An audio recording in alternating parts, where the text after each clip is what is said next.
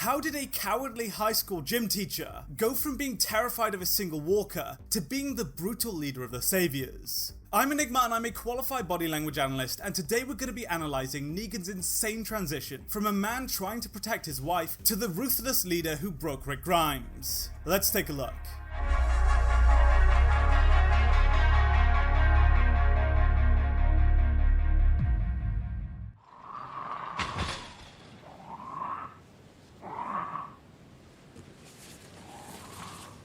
We gotta take care of it.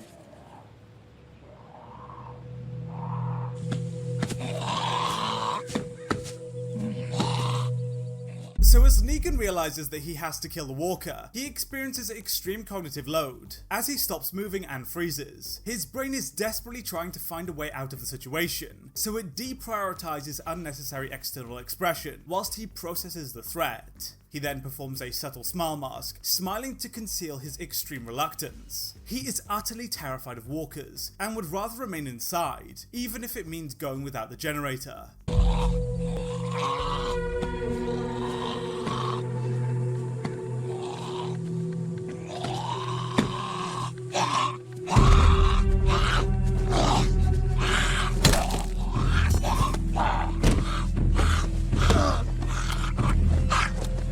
As Negan approaches the walker, he tenses his mouth and does what's called a lip press, and this is a form of motor inhibition. He's deliberately restraining the fact that he's terrified, as to not alert the walker.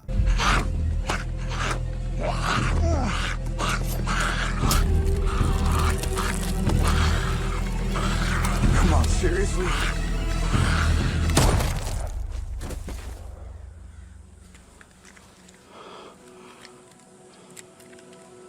Lucille is far more forward and competent than Negan.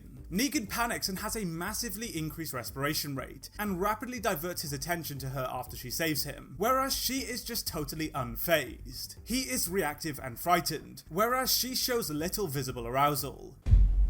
You knew about Janine, about me and her. You knew this whole time. Just, you know, I broke it up with her as soon as we got your diagnosis. I never saw her or even talked to her again. I know that too. I know. Jesus, Lucille, I don't understand. Why are you telling me this now? Because I want you to know that you made up for it. And you can stop. And if you really want to help me, then just stay. Stay. This is just heartbreaking. Negan cheated on Lucille, and she knew about it this whole time, only telling him now as she realizes that her death is inevitable. And when telling him that it's okay to stop, she performs a distancing behavior and looks down to the floor as a form of emotional avoidance. She doesn't want to die or give up, but she knows it's inevitable. Baby, we were so close. You know, this could work. The doctor said that this could work. No, we didn't. We went down swinging. Now it's time for you to go on without me. I need you to do my fighting for me. Okay? Stay. No, we are not giving up. We have made it this far, so we are going to see this through. I'm going to find these doctors, and I am going to bring you back the drugs that you need. And we are going to take this cancer out of you. We are not giving up, do you hear me? We are not giving up. Not ever. When Negan tells her that they will beat the cancer, Lucille again performs a distancing behavior, and then expresses the smile mask with only half of her mouth. She knows that she won't be saved, and performs these behaviors to hide it from him, and this whole time, Negan is expressing emotional suppression, tensing his mouth as he is totally filled with sympathetic arousal. You gotta let me go. My wife, she has cancer. She needs that. You gotta keep it safe, okay? I told you. No, you're keeping me here. I know. It kills me and her. She's, I told you. Hey, I know you did. I know. Hey, and I told you my heart, it goes out to you. Negan's sole goal is to protect his wife, showing almost no self-preservation beyond securing the medication. He continually darts his eyes toward the box and expresses extreme sympathetic arousal when it's opened. His amygdala detects the threat to Lucille as a threat to himself, which is known as self-other overlap, where the amygdala registers a threat to a loved one as a threat to itself. Negan is terrified of this world and the walkers, and the only thing he has left is his wife. And he says something really revealing here. He says that keeping him there kills him and Lucille, implying that without her he will probably just stop going on and give up. And I'm sure you know what that means. Can't imagine what she must be going through right now. God, just wondering if she's ever gonna get the next treatment. We drove out to where you told us those doctors gave you this stuff, but they weren't there. That's not my fault, I told you. So when the guy picks up his wife's treatment, his brain immediately hyperfixates on it, with his attention narrowing as a result of amygdala-driven threat appraisal. And we see a massive spike in his sympathetic arousal, manifesting in an increased respiration rate. He then distances multiple times as a method of psychological self-protection. I told you they move They around. were never there. That road, it was so overgrown. We couldn't even get the pickup down it. So now, I know you can't get this stuff just anywhere. It needs to be refrigerated. Somebody, they took care of this for a long time. And if they've got something as rare as this, they probably got a lot of other stuff too. So now, you tell me where you got it. I am gonna let you take this to your wife. So he's effectively being given an ultimatum here. Give up the location of the people who helped him, potentially getting them killed but saving his wife, or protect them and let his wife die. His intense cognitive load and sympathetic arousal show that he feels the moral responsibility, and has a fully functional moral framework. He isn't evil, he's a coward. He's broken and he's scared. Otherwise, I'm gonna pour it down the toilet and make you watch. Huh? All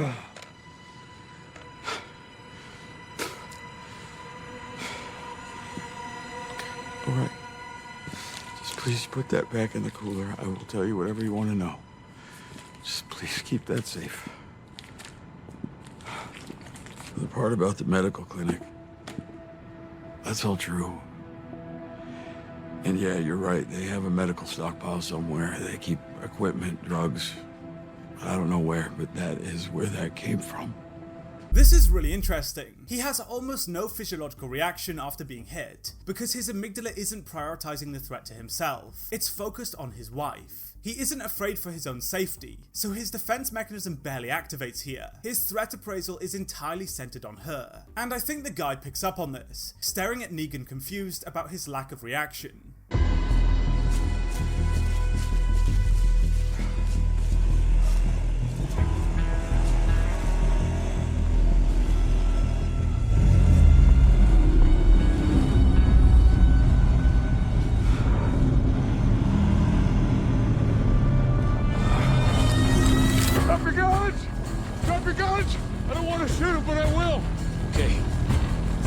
Take it easy.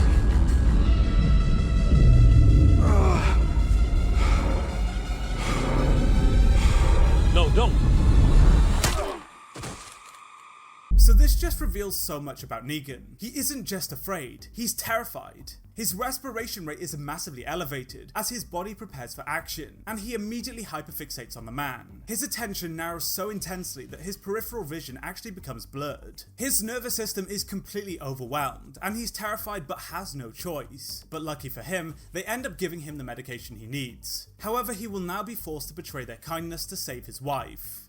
If you don't start talking by the time I stop, I swear to God. Wait. Just bring me my map.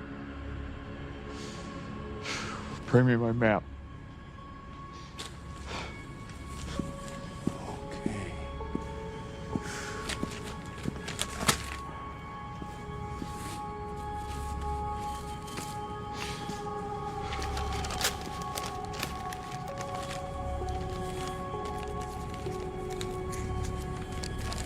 What about security?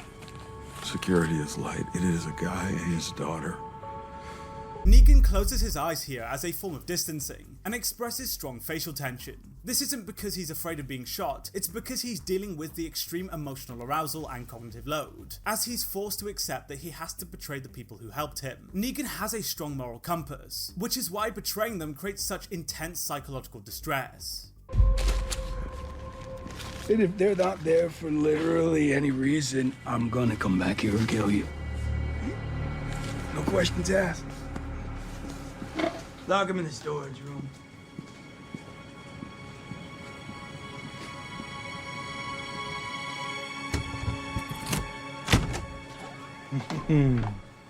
Good to go, my man.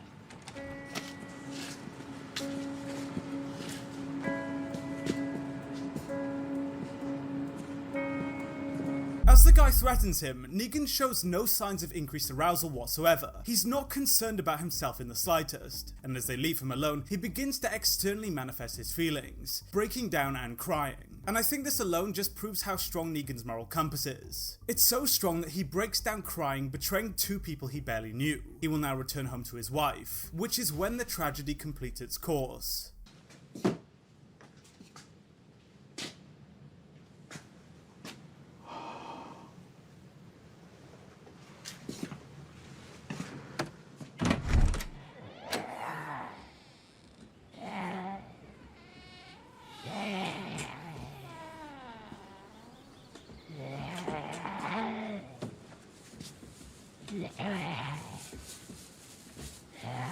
Sorry to interrupt, but I have a new Discord, so if you'd like to hang out with me and ask me some questions, then please click the link in the comment section. As Negan reads the note and understands what happened, he performs a long exhale, helping stimulate his parasympathetic nervous system to downregulate his arousal. Instead of entering the shock response, he immediately focuses on regulation, which is very revealing. He accepts the reality before he even sees her. He knew, just like his wife, that she was going to die, but felt duty-bound to try and save her.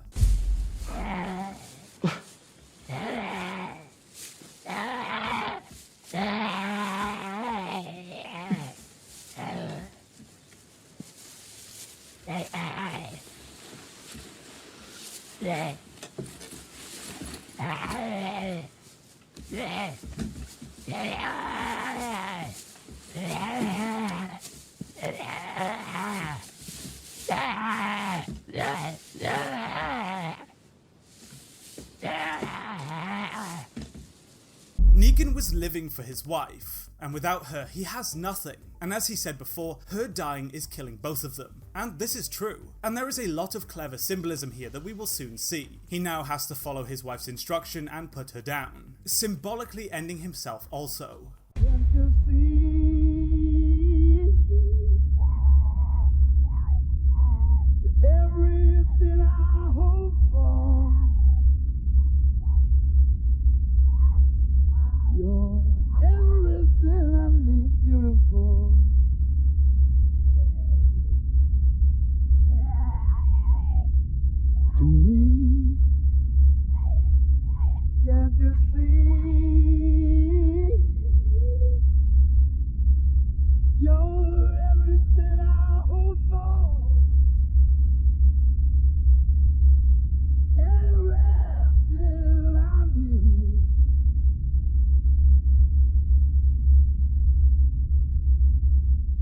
Importantly, Negan cannot bring himself to put her down, and instead just sits there, staring at the ceiling, disassociating. He refuses to kill her himself, and instead burns down the entire building, symbolically destroying his old life and running away from it. He emerges from the fire a fundamentally different man. The cowardly man who was terrified of walkers and terrified of losing Lucille is gone. His fear of loss has been replaced by emotional numbness, where extreme emotional trauma blunts his emotional responsivity as a protection mechanism.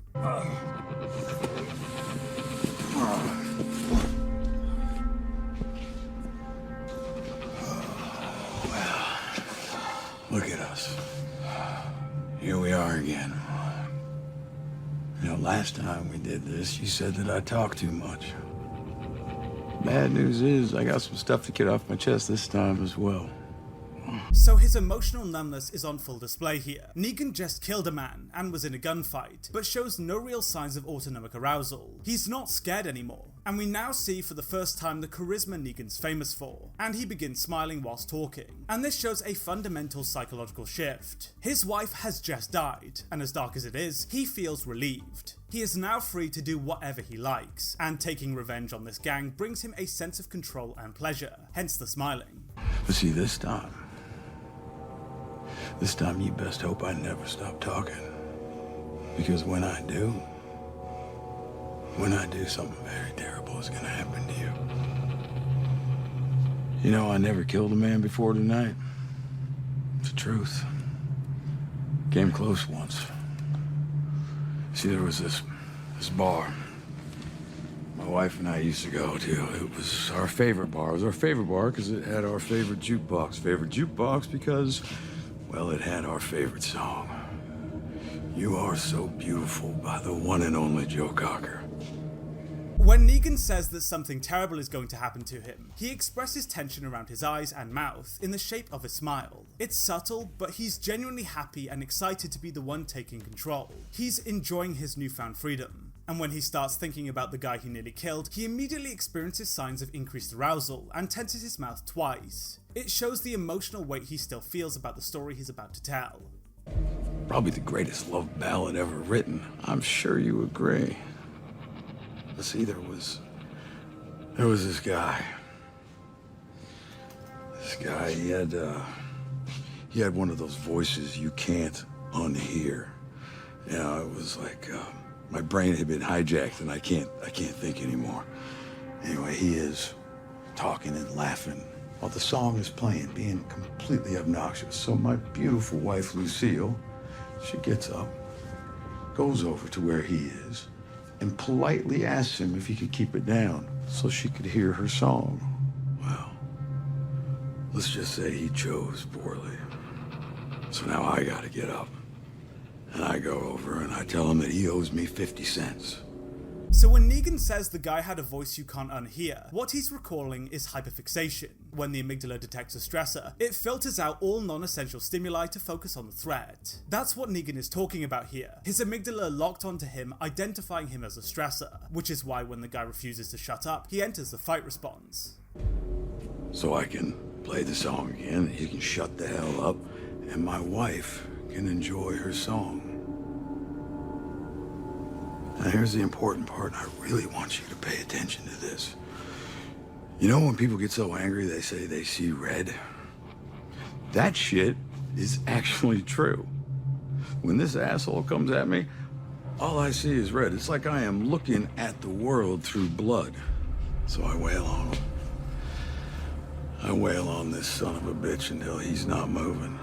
And then I reach down, I grab his wallet, and I take out $1. And I play her song again. Negan is describing the fight response here, and the effects of extreme sympathetic arousal. When the guy got aggressive, Negan's attention fixated even more on him, and his respiration rate would have massively increased. Both of their faces would have gone extremely red as a result of the increased heart rate, which is likely why Negan said he saw red. He was fixated on the guy's face, and the brain is highly attuned to red because of its evolutionary association with blood, injury, and threat. It's not that he's seeing more red, it's that his brain is focusing more on that color. Twice. Turns out that this prick has kids that go to the school that I teach gym at. Needless to say, the school is unthrilled. I get fired, this guy sues me, I don't have a job, so now my wife has to pay his medical bills. So the point of this is, there were consequences to me seeing red. Seeing red was a bad thing then. I was a bad man. Then. Interestingly, when Negan says the guy's kids go to the school he taught at, he immediately distances down to the bad, breaking social contact with the man. And this is cognitive load, and shows that the memory still carries extreme emotional weight, so much so that he has to break social contact. But see now, nobody's suing anybody. Nobody's getting fired. Hell, nobody's keeping score. Now, when I see red, it's just a question of what I am capable of. And well, man, I hate to break it to you, See, I am starting to think that I am capable of damn near anything. So this is for not killing me.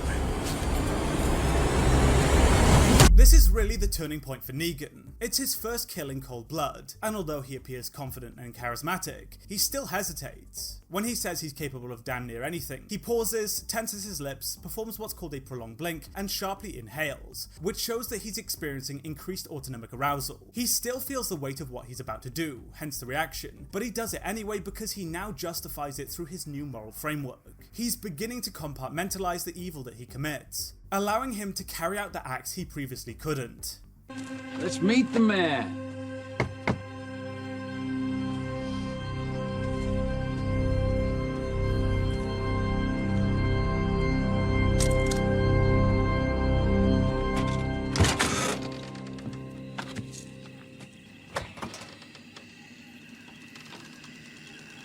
Pissing our pants yet?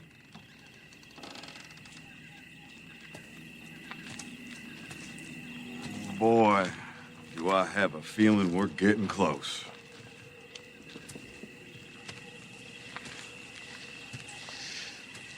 And here we see the Negan we're familiar with, and it's entirely a performance. Negan is a fundamentally weak and deeply ashamed man, who, after cheating on Lucille and being powerless to save her, uses his grief and pain to construct a new identity, built around strength, control, and emotional invulnerability, allowing him to compartmentalize the horrific things that he does, so much so that he's even able to laugh when he brutally murders Glenn and Abraham. But ultimately, when that power is taken away from him, he's forced to confront the man that he's become, and comes to hate him. And as we see in the later seasons, Negan hates himself and is deeply ashamed of what he's done.